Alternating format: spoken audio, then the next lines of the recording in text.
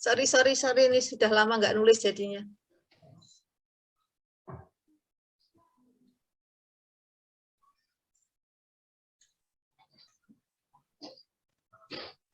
Ini cuma saya menggambarkan aja mudahnya saja. Biasanya paling mudah itu kita menggambarkan untuk sel elektrokimia itu ya. Jadi tadi sama ya. Kapan kita tahu harga CO yang 2 antara H dengan H? Ini kan tadi ya. Ini delta H-nya berapa? Ini tadi ya besarnya berapa gitu ya? Ya. Nah, ini hanya penggambaran yang mudah saja. Ya. Jadi pada saat kita mengukur sesuatu tadi kan kalau misalnya C plus O2 menjadi CO2, ya. Tadi kan kemudian ketemu harga delta H tertentu tadi ya, delta H tertentu ya. Nah, ini berapa kok bisa menjadi sekian ya, tadi menjadi sekian. Ini kalau ini berdiri sendiri, ini berapa ya besarnya? Ya, kita tidak tahu pasti. Ini berapa ya? Kita tidak akan tahu. Ya. Ini juga berapa? Kita belum tahu. Biasanya yang diketahui adalah setelah ini dihubungkan semuanya, maka kita akan tahu harganya yang muncul. Ya, harga yang muncul. Ini kita anggap gini. Ini karena ini yang mudah dipraktekkan kalau kita bisa melihat. Jadi kalau saya ini misalnya punya PB, saya di sini punya CU. Elektroda PB masuk ke kalau misalnya PB nitrat. Ya, jadi itu nanti kalau ini kemudian punya CU nitrat. Ya. Nah, kalau berdasarkan rangkaian sel volta ini, saya tidak tahu berapa itu PB. Harga elektroda PB, EPB ya. EPB ini elektroda PB ini berapa? Tidak tahu. Berapa ECU ini tidak tahu. Karena apa? Tidak bisa diukur sendirian, itu tidak bisa. Sama seperti ini tadi, C ini diukur sendiri nggak bisa, O2 diukur sendiri tidak bisa. CO2 diukur sendiri tidak bisa. Ya.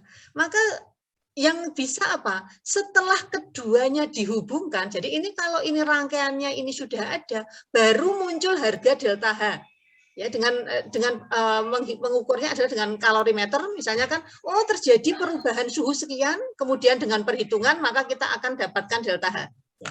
Ini sama. Kalau ini bisa langsung apa yang terdeteksi? Di sini adalah langsung ada harga volt. Voltnya berapa? Kalau keduanya dihubungkan. Kalau satunya dilepas, di sini nggak akan muncul voltnya. Tapi kalau ini dihubungkan, ini mesti ada jembatan garam itu ya. Ini hanya proses eksperimennya, ya. Maka misalnya akan ketemu 0,1 volt. Ini kalau keduanya dihubungkan. Atau kalau menggunakan lampu bolam, ini bolamnya menyala, gitu ya. Kalau ini sendirian nggak akan ya. Jadi nah ini kan sama, ini yang ketemu adalah harga berapa kalor yang ada. Ya, berapa harga kalor yang ada. Jadi ini juga sama. Tapi kalau ditanya berapa PB-nya, berapa CU-nya, tetap tidak tahu. Yang tahu adalah hanya perubahannya. Ini ya, yang tahu makanya adanya delta H. Berapa perubahannya. Ya. Untuk tahu harga masing-masing, saya ingin tahu berapa PB dan berapa CU, maka salah satu harus diketahui dulu kan? Kalau saya tahu CU-nya berapa, maka PB-nya saya ini otomatis tahu ya, yang harga perubahannya tahu. Kemudian kalau CU-nya diketahui, maka saya bisa menghitung PB. Kan begitu? Oke.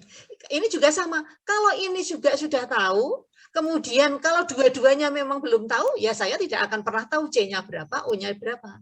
Tapi kalau O2-nya tahu, maka saya bisa menghitung C. Ya, dari total tadi ya, dari totalnya tadi ini juga sama. Nah, sehingga tadi pada eksperimen untuk tahu berapa O2-nya, misalnya berapa ikatan CO-nya, berapa ikatan CO dengan ikatan rangkap, maka salah satu ini adalah diganti dengan, kalau di dalam redoks ini diganti dengan elektroda standar. Jadi salah satunya itu adalah dengan elektroda standar. Siapa elektroda standar? Biasanya yang digunakan paling pertama itu adalah atau kita sebut sebagai elektroda primer, itu adalah elektroda hidrogen. Ya, jadi ini Cu-nya ini diganti dengan elektroda hidrogen. Berapa besarnya elektroda hidrogen? Tidak tahu. Ya. Nah, tetapi karena dia digunakan sebagai standar, ya sebagai standar, maka elektroda hidrogen itu dibuat harganya E0-nya sama dengan 0,000 volt. Jadi ditetapkan. Jadi ada besarannya, harus ada besarannya, tapi kita anggap adalah karena dijadikan standar itu adalah menjadi E0000.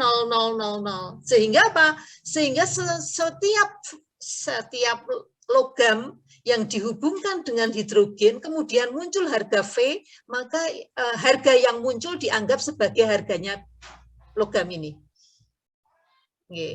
Nah, demikian pula yang nanti di dalam kalorimeter. Jadi kalau diketahui harga akhirnya, kemudian salah satu zat itu dijadikan sebagai standar, ya, jadi dianggap itu harganya sebagai 0, maka harga yang lain diketahui. Gitu, itu gampangnya saja, gampangnya begitu ya.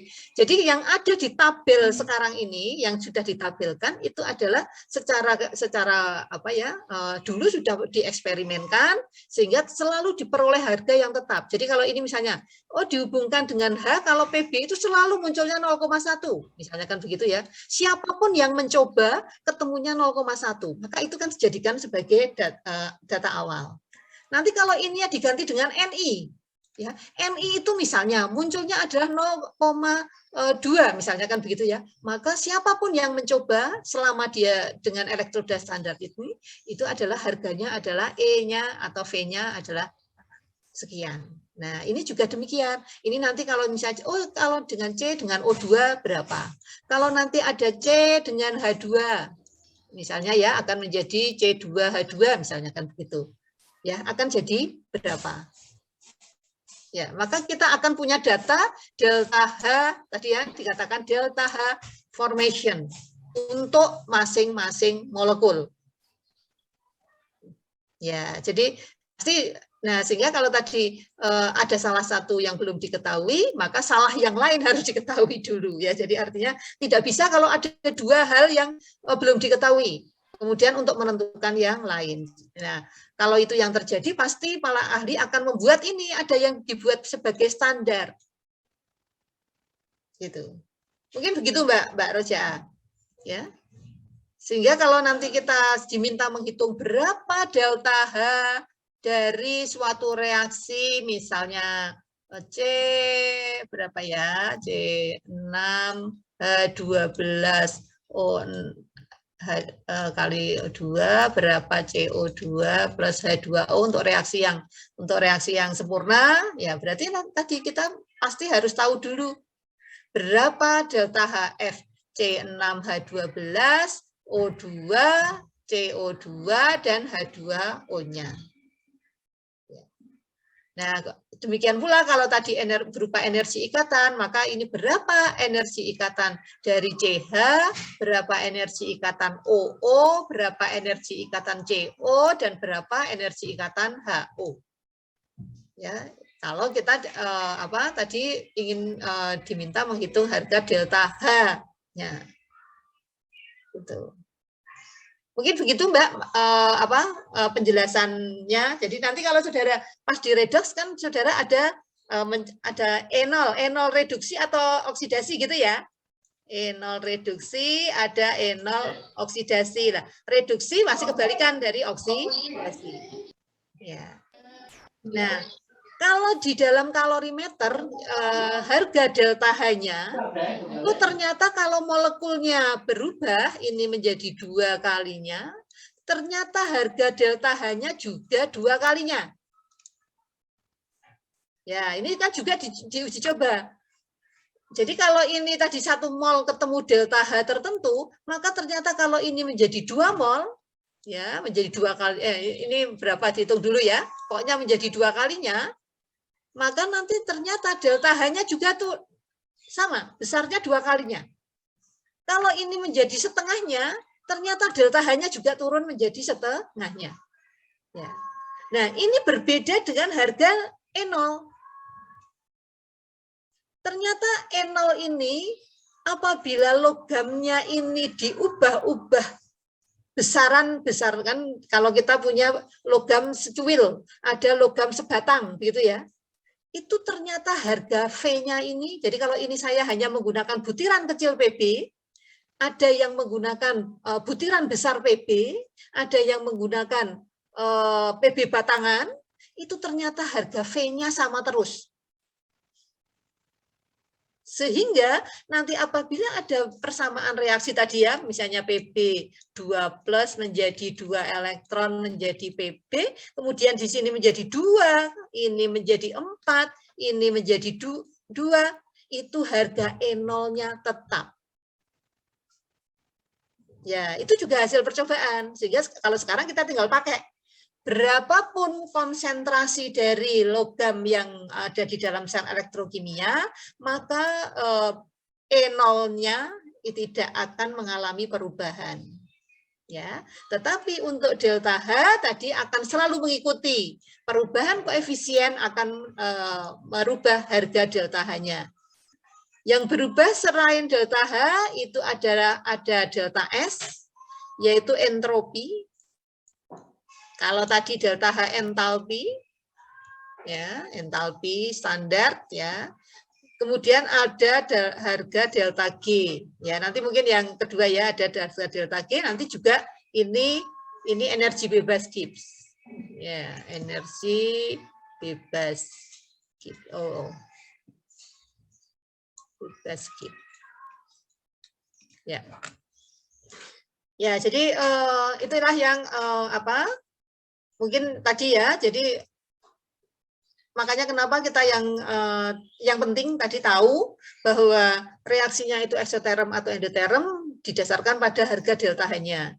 Ya, kalau delta H-nya ternyata hasilnya negatif tadi ya, oh itu eksoterm. Kalau itu adalah perjanjian ya, simbol negatif positif itu adalah tadi hasil kesepakatan supaya sama semua ya, hasil kesepakatan. Ya. Sama juga nanti kalau saudara di redox itu ada harga delta G, untuk reaksi spontan harga delta G-nya negatif. Gitu ya, atau harga delta G lebih kecil dari 0, itu reaksinya berlangsung spontan. Ya, itu adalah juga merupakan perjanjian.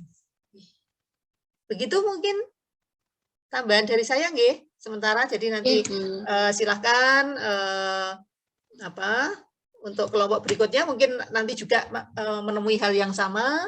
Ya, terima kasih untuk kelompok 3 atas paparannya. Mudah-mudahan menjadikan kejelasan bagi teman-teman yang lain terkait dengan pengertian termokimia dan termodinamika. Oke, kalau begitu silahkan kalau mau ditutup untuk kelompok 3 untuk dilanjutkan ke kelompok yang berikutnya. Terima kasih Bu Ora